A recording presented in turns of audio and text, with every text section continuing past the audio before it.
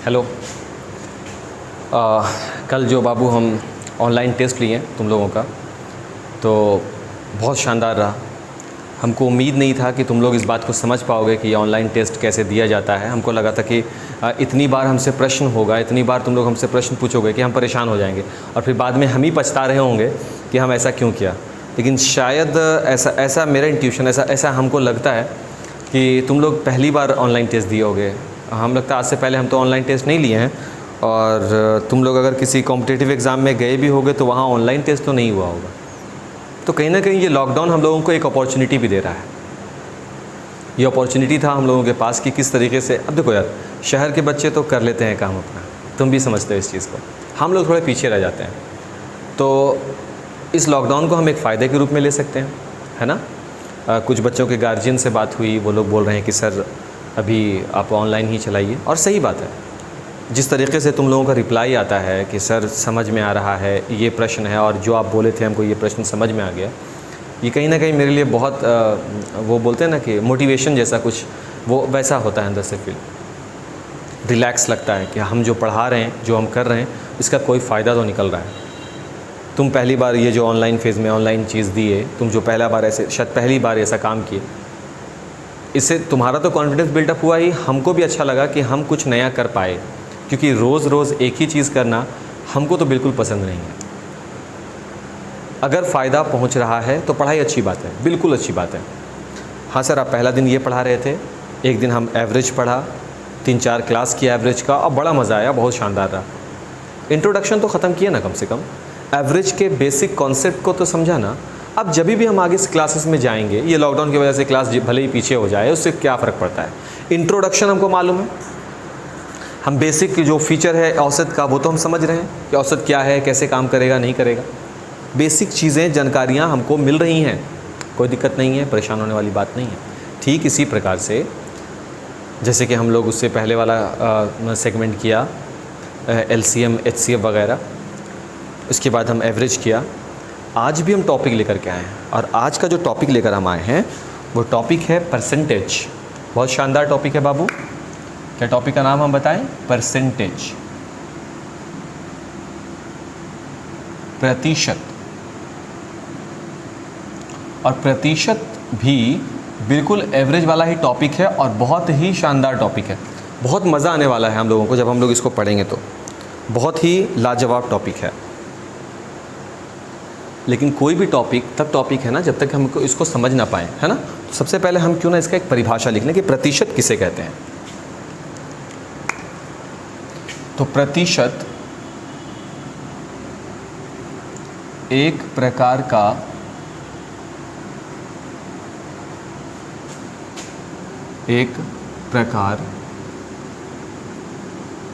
का भिन्न होता है। प्रतिशत जो है वो एक प्रकार का भिन्न होता है,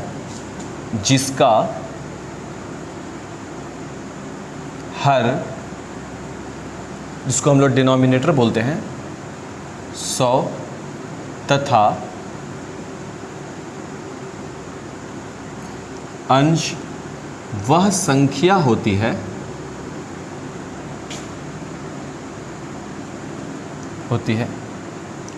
जिसका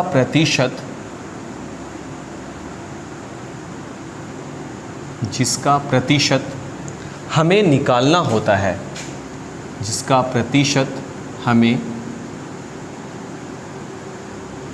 निकालना होता है। पूर्ण विराम। कहने का क्या मतलब है, देखो वो वीडियो स्किप मत करना, ठीक है ना। ये छोटी छोटी बातें हैं जो बिल्कुल आपको समझनी चाहिए। प्रतिशत का मतलब होता है, प्रतिशत जो है वो एक प्रकार का भिन्न है। भिन्न का मतलब बाबू, भिन्न किसे कहते हैं बाबू, हम वो भी बता दें। भिन्न जो होती हैं, ये जो भिन्न का हम लॉजिक लिखा है, भिन्न हम यहाँ पे लिख दें पहले।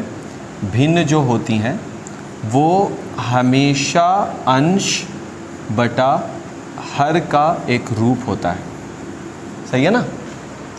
तो प्रतिशत एक प्रकार का भिन्न होता है, प्रतिशत एक प्रकार का अंश बटा हर होता है, यानी भिन्न होता है, जिसका हर 100, यानी इस पोजीशन पर, ये जो हम यहाँ पर हर लिख रहे हैं ना, इस जगह पर कौन होता है, 100 होता है, और तथा तथा और अंश, ये वाला जगह, अंश वाला जगह, और अंश वह संख्या होती है, कौन सी संख्या होती है, जिसका प्रतिशत हमको निकालना होता है, यानी जिसके प्रतिशत का कैलकुलेशन करने के लिए हम लोगों को दिया जाता है, अंश वही संख्या होती है। अब इस बात को समझना है बाबू, प्रतिशत किसे कहते हैं? अगर प्रश्न है हम लोगों के पास तो प्रतिशत जो वो एक प्रकार का भिन्न है, यानी वो हमेशा P बटा Q के रूप में लिखा जाएगा, हमेशा N बटा जिस तरह से बोलते हैं ना वो अंश बटा हर के रूप में वो हमेशा लिखा जाएगा वो। लेकिन इसके अलावा और क्या, इसके अलावा ये कि अगर हमको किसी संख्या का प्रतिशत दिया जाए तब जाकर के हम एक्चुअल में प्रतिशत को समझते हैं। पहले हमसे कुछ लिख दें कि इसको हम सिंबॉलिक क्या होगा, इससे का मतलब किससे बाबू, प्रतिशत को, इससे का मतलब हो गया प्रतिशत, इसे इस सिंबल द्वारा सूचित करते हैं, यानी कि प्रतिशत को हम लोग इस सिंबल का इस्तेमाल करेंगे बाबू, ये सूचक है, इसका इस्तेमाल करेंगे और इसको हम लोग डिपिक्ट कर देंगे, इजहार करेंगे। देखो कैसे, अगर हमसे प्रश्न में कहेगा कि x प्रतिशत, तो इसका मतलब ये होगा बाबू कि x बटा 100, यही तो हम लोगों को अभी बोल भी रहा था ना। देखो ये हमको क्या बोल रहा था कि प्रतिशत में हमेशा, देखो जैसे बोल रहा है बिल्कुल वैसा करो, प्रतिशत एक प्रकार का भिन्न होगा, तुम देख सकते हो कि प्रतिशत जो है वो एक प्रकार का भिन्न हो गया, जिसका हर 100, हर तुम देखो बाबू 100 हो गया, तथा अंश वह संख्या होती है, अंश एक संख्या होती है जिसका प्रतिशत हमें निकालना होता है। x का प्रतिशत निकालना है तो अंश एक ऐसी संख्या होगी जिसका आपको प्रतिशत निकालना है। मतलब जो परिभाषा है आपका मैथमेटिकल टर्म भी उसी को फॉलो करते हुए बढ़ रहा है। अब इसको बनाओ और अच्छे से, तो हम इसको बनाकर देखते हैं। जैसे कि क्वेश्चन रहेगा 25%, इसको हल करना है, इसका मतलब क्या होगा, प्रतिशत हमेशा भिन्न का रूप होता है, हर के रूप में 100 होता है, और अंश वह संख्या होती है जिसका प्रतिशत आपको निकालना होता है। तुम देखो है अंश वह संख्या, इसी का ना प्रतिशत निकालना है बाबू, तो हो गया ये। इसको तुम हल करोगे 25 से कम 25, 25 चौके 100, 1/4, यानी 25% का सामान्य बोलचाल में क्या होता है अर्थ, 1/4। बोलेंगे 1/4 को 1/4, 1/3 को 1/3, तो 1/4 बोलते हैं। बात समझ में आ रही है? जिस तरह से प्रश्न हम एक और बना दें, जैसे हम बोलेंगे 30%, इसका मतलब क्या हो जाएगा, सबसे पहले बटे में 100, क्यों बटे में 100 जाएगा, तुम यहाँ देख लो, जिसका हर, क्योंकि प्रतिशत एक भिन्न होता है, तो भिन्न है तो अंश और हर होंगे, तो जिसका हर जो है वो 100 होता है, और अंश कौन हो जाते हैं, अंश वह संख्या होती है जिसका हमें प्रतिशत निकालना होता है। तो अंश की जगह पर कौन आ जाएगा, 30, 1 0 से 1 0 कैंसिल होगा, 3/10 मिल जाएगा, ये मेरा मान हो जाएगा। इस 30% को हम क्या लिख सकते हैं, 3/10 भी लिख सकते हैं। पल्ले पड़ रहा है कुछ? इसको तुम दशमलव में भी बना सकते हो। अगर ये क्वेश्चन को तुम चाहो तो बोलोगे 12.5%, इसको संख्यात्मक रूप में लिखें, तो 12.5% को संख्यात्मक रूप में कैसे लिखेंगे, पहले आपको ऐसे निशान देना होगा, इसके बाद हर के रूप में किसको लिखना होगा, 100 को लिखना होगा, अंश के रूप में आप कौन लिखोगे, 12.5 लिखोगे, फिर इसको हल करोगे। हल कैसे करेंगे, पहले आप दशमलव हटाओगे, देखो ये सब चीज़ तुम जानते हो बाबू, सीख चुके हैं हम लोग। दशमलव हटाते हो तो 10 बन जाता है नीचे, फिर तुम इसको काटते हो 5 से, 5 दूना 10, 5 पचे 25, 5 से काटिए 5 दूना 10, 25 से कम 25, 25 चौके 100, कितना आ गया, 1/8। ये हो गया इसका, इस 12.5% का संख्यात्मक रूपांतरण। बात समझ में आ रहा है बाबू? इतना नोट करो, फिर आगे बढ़ते हैं। स्क्रीनशॉट ले लो, ज़्यादा अच्छा है, इसमें टाइम बचेगा और हम जब तक ढक्कन इसका उठा लें। हाँ भाई, यहाँ हो गया। अगर हम ये सिंपल सा प्रतिशत निकालने सीख गए हैं तो हम संख्या का भी प्रतिशत निकाल सकते हैं। जैसे कि अगर प्रश्न आ गया 100 का 25% क्या होगा, क्वेश्चन मार्क, है ना। तो हम इसको कैसे हल करेंगे बाबू, हम इसको हल करेंगे 100 जहाँ पर लिखा गया है, 1 मिनट से हम स्केच वगैरह हटा दें, ज़्यादा स्केच हाथ में लिए हुए ना। तो जहाँ पर बाबू 100 लिखा है सॉल्यूशन में, वहाँ पे 100 लिखिए। का अर्थ क्या होता है बाबू? मल्टीप्लाई ना, गुना कर दिया। 25%, देखो 25%, तो 25% को हल करने का तरीका तो हम बता ही दिया है कि सबसे पहले आप ऐसे निशान दोगे, प्रतिशत के लिए 100, ऊपर में जिस संख्या का आपको प्रतिशत निकालना आप उसको लिख दोगे। अब बोलोगे कि सर आप तो कुछ नया चीज़ बता दिए। बिल्कुल नया चीज़ नहीं बाबू। 25%, अगर तुम इन चीज़ों को समझ रहे हो कि प्रतिशत वैल्यू को आप कैसे हल करते हैं, तुम देख रहे हो ना कैसे हल कर रहे हैं। एक निशान देना होता है, बटे में 100 रखना होता है, क्योंकि परिभाषा कह रहा होता है, परिभाषा कह रहा होता है प्रतिशत एक प्रकार का भिन्न है, तो भिन्न है तो यहाँ पर अंश बटा हर तो बनेगा ही, और जब अंश बटा हर बनेगा तो हर के रूप में हमेशा 100 होगा प्रतिशत के लिए। प्रतिशत, प्रति 100, ये इसका मतलब होता है। तो हम बटे के रूप में 100 कर दिया बाबू, क्योंकि 100 का लिख रहा है, यहाँ वर्ड देखिए 100 का, तो 100 रहेगा नंबर से, और ये जो का है, ये का अर्थ क्या हो गया यहाँ पर? मल्टीप्लाई। ये भी हम जानते हैं, सरलीकरण में पढ़े होंगे, का भाग गुना ये सब करते थे हम लोग। हल करेंगे तो 100 से 100 कैंसिल होगा, मल्टीप्लाई ऊपर नीचे कट जाता है, वैल्यू क्या बचेगा बाबू मेरे पास? केवल 25, और ये मेरा क्या हो जाएगा? आंसर। सही है। नेक्स्ट प्रश्न हम इसी को थोड़ा सा और बनाएं तो 250 है। 250 का 75% क्या होगा? क्या होगा? देख रहे हैं प्रश्न को। अब हम निकालने वाले हैं 250 का 75% क्या होगा, तो इसका भी सॉल्यूशन बनाया जाए। सॉल्यूशन डैश 250 है बाबू, तो पहले तो आप 250 लिखोगे। का है बाबू, तो मल्टीप्लाई दोगे। 75% है बाबू, तो प्रतिशत के लिए प्रति 100 कर दोगे। किसका निकालना है? 75 का, तो 75 करोगे। देखो यहाँ तक सही है। इसके बाद आप इस वैल्यू को कैंसिल करोगे। देखो 1 0 से 1 0 कैंसिल, कटेगा 5 से, 5 दूना 10, 5 से 5 पचे 25। अब देखो ये नीचे सम संख्या है, ये विषम है, ये विषम है, नहीं कटेगा। ऊपर वाले को मल्टीप्लाई कीजिए। अब 5 से 75 में 5 पचे 25, 35 दूँ 37। हाँ ठीक है। और बटे में कितना मिला? 2।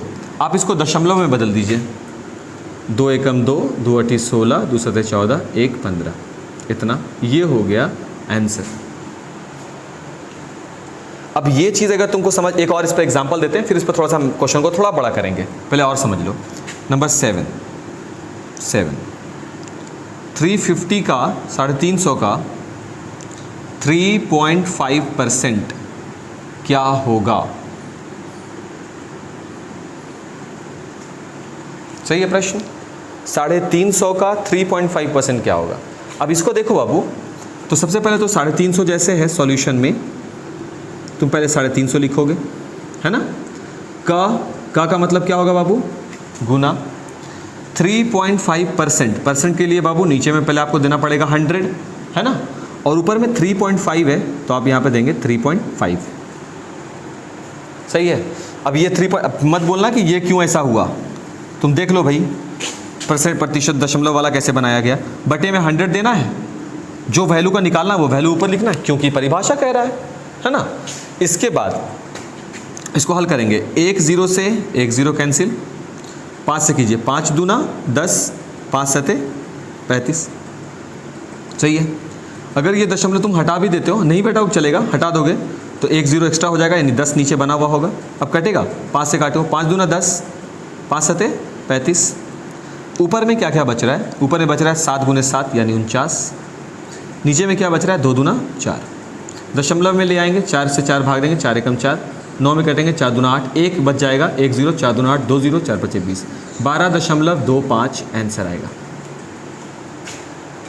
ये कुछ इस प्रकार के प्रश्न हम लोगों को अक्सर मिलेंगे ऑब्जेक्टिव्स वगैरह में। बहुत ज़्यादा प्रश्न आता है कि 20 का इतना % कितना। अब छोटी एंटिटी पे भी निकाल सकते हो बाबू, देखो छोटा में भी को बता देते हैं। हमेशा ये मत समझना कि 100, 250, 300, 1000 पे ही काम करेगा। इसको तुम ऐसे बना सकते हो। छोटी एंटिटी कैसे, किसको बनाएं? जैसे कि 10 रुपया बनाते हैं, चलो।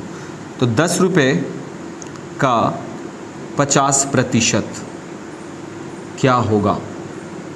सपोज़ कि तुम्हारे पास 10 रुपया है और तुम्हारे पापा बोलते हैं कि बाबू इसका 50% तुम अपने भाई या बहन जिससे भी उनके साथ शेयर करो। शेयर करो का मतलब उनको बांट दो।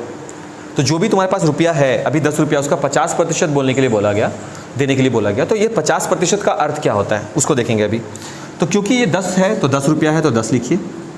का बोला गया बाबू, तो का अर्थ तो गुना होता है, और 50% बोला बाबू, तो 50 बटा कितना हो जाएगा 100। अब तो तुम ये बात अच्छे से समझ रहे होगे। 1 0 और 1 0 से कट जाएगा, 1 को 5 से गुना करेंगे तो 5। कितना रुपया देने के लिए बोला गया है भाई को? 5 रुपया। तो तुम्हारे पास कितना रुपया बचेगा? 5 रुपया बचेगा। बात समझ में आ रही है? वैसे शेयर करने में बनता नहीं है ना, कौन अपना हिस्सा शेयर करे भाई, है ना। अब देखो इस प्रश्न को हम थोड़ा सा एक्सपेंड करते हैं। देखिए, रमेश के पास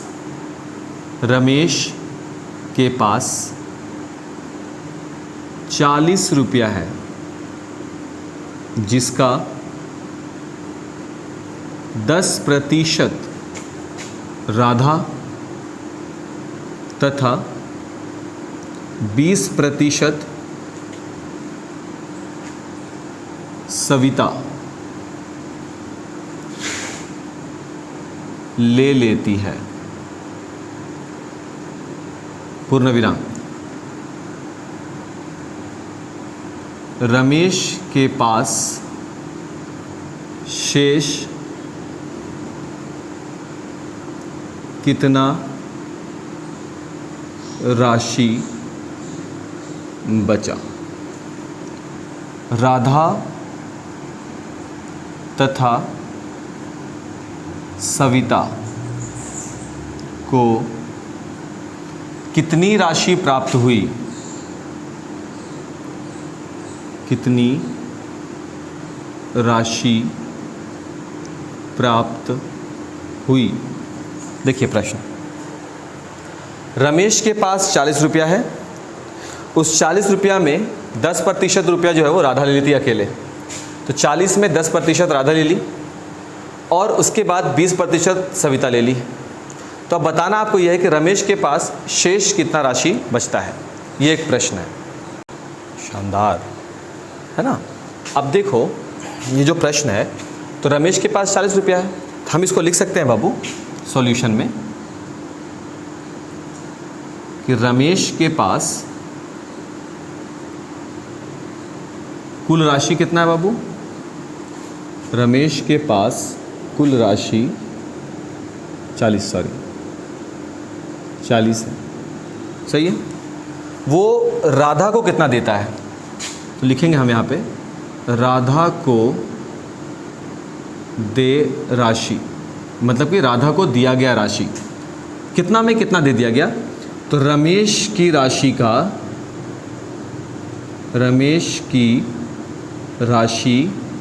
का कितना प्रतिशत दिया गया राधा को? 10%। इतना राधा को दिया गया। ध्यान से देखो, बात मैथ में तो यही है ना, आधा से ज़्यादा काम आप सिर्फ उसके प्रश्न को समझ कर ही हल कर लेते हैं। बाकी का केस तो छोटा मोटा होता है, कैलकुलेशन, प्रतिशत का लॉजिक, यही सब बचता है। शुरुआती जो खंड है, शुरुआती जो फेज़ होता है ना, वो तुम ऐसे ही हल कर लेते हो। तुम प्रश्न समझो, रमेश जो है वो अपनी पूरी राशि का 10% किसको दे रहा है? राधा को दे रहा है। तो आप पहले ये पता करो कि वो राधा को रमेश कितना रुपया देता है। तो राधा को जो राशि प्राप्त हो रहा है वो रमेश की राशि, यहाँ देखिए रमेश की राशि का 10% जाता है। तो अगर रमेश की राशि कितनी है 40, का मतलब होता है गुना, और 10%, तो प्रतिशत को कैसे बनाते हैं? 10/100 करते हैं। देखो ये बात समझ में आनी चाहिए। तो इसका मतलब ये हुआ कि राधा को कितना रुपया दे दिया गया? 4, सही है, क्योंकि रमेश अपनी राशि का 10% देता है राधा को, तो राधा को दे दिया गया। इसके बाद बात आती है सविता।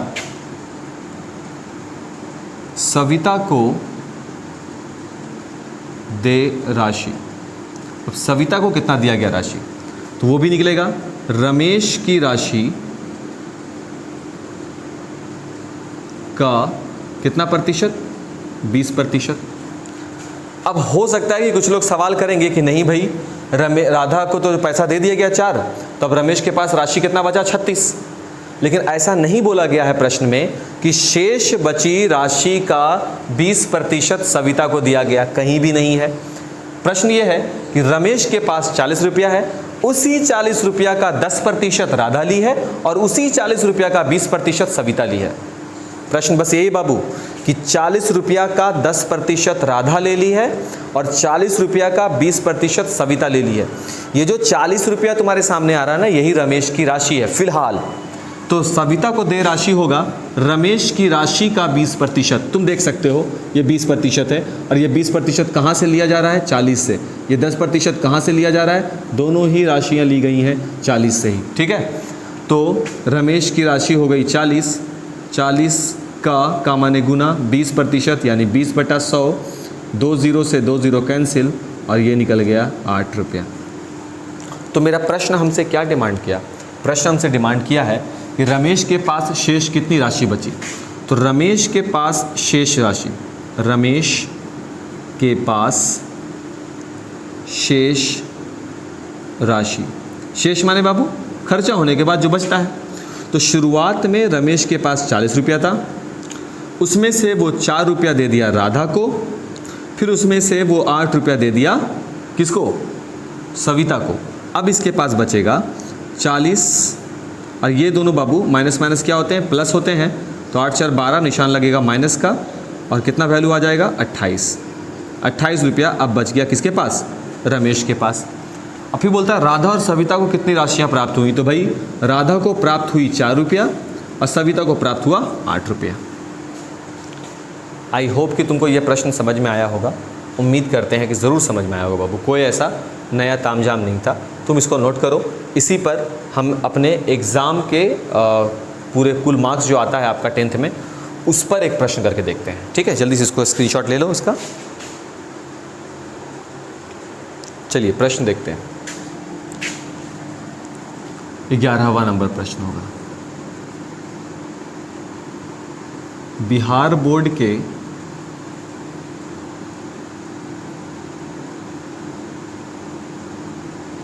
मैट्रिक परीक्षा में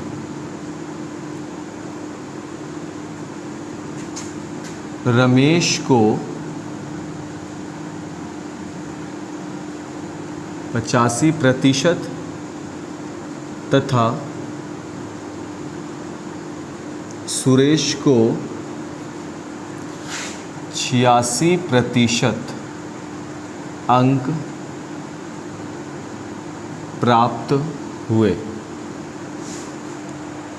देख रहे हो, अक्सर बच्चे लोग जो होते हैं, क्योंकि तुम लोग तो 8th क्लास में बाबू, तुम लोग सुने होगे अक्सर ये बात बोलते हुए 80%, 90%, 95%, ये बात अक्सर तुम सुने होगे। आज हम लोग इसके कैलकुलेशन को समझ रहे हैं कि हम ये कैसे कैलकुलेट कर सकते हैं। तो अगर बिहार बोर्ड के मैट्रिक परीक्षा में रमेश को 85% और सुरेश को 86% अंक प्राप्त हुए, तो दोनों के अंक ज्ञात करें। दोनों के अंक ज्ञात करने हैं कि दोनों को अगर अंक इतना प्राप्त हुआ है तो फिर आप दोनों के मार्क्स बताओ। ध्यान से देखोगे बाबू, है ना। तो क्योंकि बिहार बोर्ड जो मैट्रिक एग्जाम होता है वो कुल 500 अंकों का होता है, वैसे 600 अंकों का होता है, बट इंग्लिश के मार्क्स को हम लोग किनारे करते हैं। इंग्लिश को जोड़ा नहीं जाता है उसमें फेल पास वैल्यूएबल नहीं है। क्यों नहीं है? जो सही नहीं है बाबू, बट फिर भी, है ना। तो हम इसके सॉल्यूशन को कैसे बनाते हैं? सबसे पहले तो आपको पता होना चाहिए कि बिहार बोर्ड कितने अंकों का होता है एग्ज़ाम मैट्रिक का। तो हम यहाँ लिखेंगे, क्योंकि मैट्रिक की परीक्षा 500 अंकों की,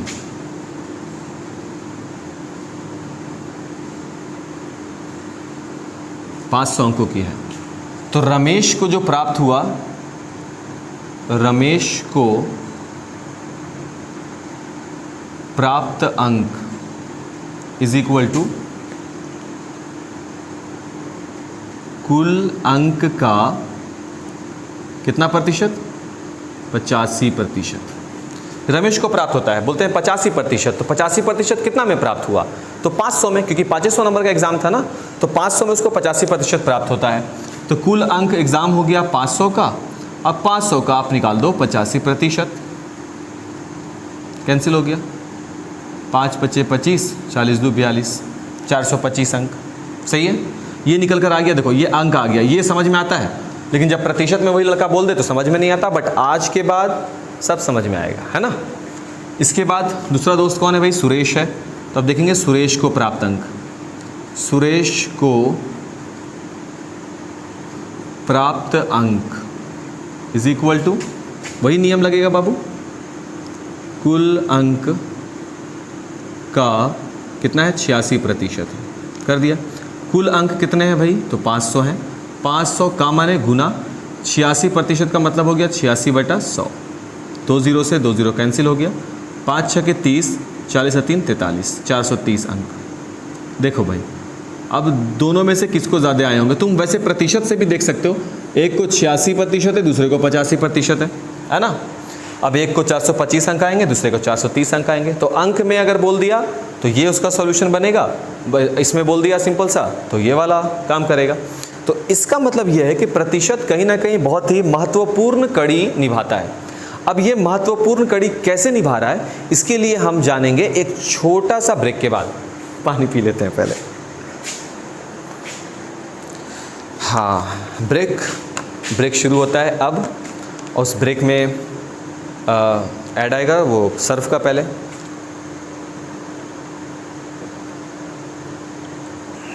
आ गया ब्रेक, उसके बाद लिखाता है काउंटडाउन 10 9 8 7 6 5 4 3 2 1।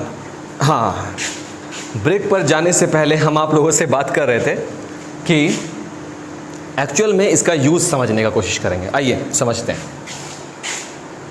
ठीक है, तो प्रश्न हम लिख चुके हैं, प्रश्न लिख लिया है ताकि समय बच जाए थोड़ा सा। अब देखिए, रमेश को 500 में 400 अंक प्राप्त होते हैं। ये बिहार बोर्ड में बंदा पढ़ता था। और दूसरे बोर्ड में जहां मैट्रिक एग्जाम 1200 मार्क्स का होता है, वहां एक बंदे को 600 अंक प्राप्त होते हैं। अब आपको बताना है किसे अधिक अंक प्राप्त हुआ है। देखो, इस बेसिस पे बता पाना कि ये 400 है और ये 600 है तो ये अधिक होगा, बिल्कुल गलत हो जाता है। या इस बेसिस पे कि ये 500 1200 है, इस बेसिस पे बता पाना बिल्कुल गलत बात है, एकदम गलत बात है। ये मैथमेटिकल टर्म में एकदम वाहियात तरीका होगा। तो इसलिए हम यहाँ पर परसेंट का इस्तेमाल कर सकते हैं। अगर हम इसको प्रतिशत में निकालें तो प्रतिशत का मतलब होता है प्रति 100 में प्राप्त अंक। यही मतलब होता है प्रतिशत का सामान्य बात अगर करें तो इसका मतलब ये हुआ कि अगर हम ये पता कर लें कि रमेश को प्रति 100 में कितने अंक प्राप्त हुए और सुरेश को प्रति 100 में कितने अंक प्राप्त हुए, तो ये आसानी से, क्योंकि दोनों का आधार बराबर होनी चाहिए ना बाबू। तुलना कब करते हैं? तुलना कब करते हैं? जब दो चीज़ों के आधार आपस में बराबर हों। तो आधार इनके बराबर नहीं है। ये 500 में 400 ला रहा है, ये 1200 में 600 ला रहा है। इनके आधार बराबर नहीं है। या तो दोनों को 500 होना चाहिए था या फिर दोनों को 1200 होना चाहिए था। तो अब आधार बराबर नहीं है, तो आधार बराबर करने से बेटर है आप इसका प्रतिशत निकाल लो। तो सबसे पहले आप निकालोगे रमेश को कितना प्रतिशत अंक प्राप्त हुआ। तो क्योंकि रमेश को 500 में 400 अंक प्राप्त हो रहे हैं, तो रमेश को प्राप्त प्रतिशत निकालोगे। रमेश को प्राप्त प्रतिशत। अब देखो, क्योंकि हम यहाँ पे प्रतिशत निकाल रहे हैं तो इसका एक फॉर्मूला है जो हम लिखेंगे। प्राप्तांक, इसको लिख लोगे कॉपी में, फेयर कॉपी में, इंटू 100 बटे कुल अंक। तो प्राप्तांक कितना है भाई यहाँ पे 400 इंटू 100, अब बटा कुल अंक कितना है बाबू 500। 2 0 से कैंसिल हो गया, 5 से काटेंगे 2 बार में, ये हो गया 80%। यानी कि रमेश को प्रति 100 में कितने अंक प्राप्त हुए हैं 80। दूसरा है सुरेश। सुरेश को प्राप्त प्रतिशत, वही फॉर्मूला बाबू, नहीं लिखेंगे बार बार, वही प्राप्तांक गुने 100। तो सुरेश को प्राप्त हुआ है 600 गुने 100, अब बटे कुल अंक। कुल अंक कितने थे सुरेश के लिए 1200। 2 बार में कट जाएगा, 2 से काटिए, कितना आ गया इसको 50%। तुम साफ साफ देख सकते हो कि किससे अधिक अंक प्राप्त हुआ है। हर प्रति 100 में 80 मार्क्स प्राप्त हुआ है रमेश को, अब प्रति 100 में 50 अंक प्राप्त हुआ है सुरेश को। अब दोनों का आधार बिल्कुल बराबर है। क्या है आधार? प्रति 100। 100 में 80 इसको प्राप्त हुआ है, 100 में 50 सुरेश को प्राप्त हुआ है। इसका मतलब ये हुआ कि रमेश को अधिक अंक प्राप्त हुए हैं। 500 में 400, 80% प्राप्त हो गए। बात समझ में आ रही है? उम्मीद करते हैं कि वीडियो समझ में आया होगा। और तुम लोग जितने बच्चे वीडियो देख रहे हो वो सब अपना अपना कमेंट कम से कम चैट बॉक्स में ज़रूर करो कि हाँ सर हम वीडियो देख रहे हैं। क्योंकि 3 बच्चे का ही 4 बच्चे का कमेंट आता है बाबू, इसका मतलब है 4 ही लोग देख रहे हैं, बाकी लोग टहल रहे हैं, घूम रहे हैं। वीडियो देखो, सीखो, वक्त है, फ़ायदा उठा लो इसका। ठीक है, मिलते हैं फिर कल उम्मीद करते हैं कि फिर से हम ऑनलाइन टेस्ट ही भेजेंगे एक। अभी कुछ दिन बाबू ऐसे ही ऑनलाइन क्लासेस चलेगा, क्योंकि कुछ गार्जियन का सख्त हिदायत है कि सर अभी फ़िलहाल ऑनलाइन चलाइए, तो हम ऑनलाइन चलाएंगे क्लास। ठीक है ना, सेफ्टी ज़रूरी है थोड़ा सा, कोई बात नहीं है, थोड़ा देर से क्लास स्टार्ट होगा तो परेशान नहीं होना है। ठीक है, अपना ख्याल रखिए, सेफ्टी से रहिए। शुक्रिया, थैंक यू।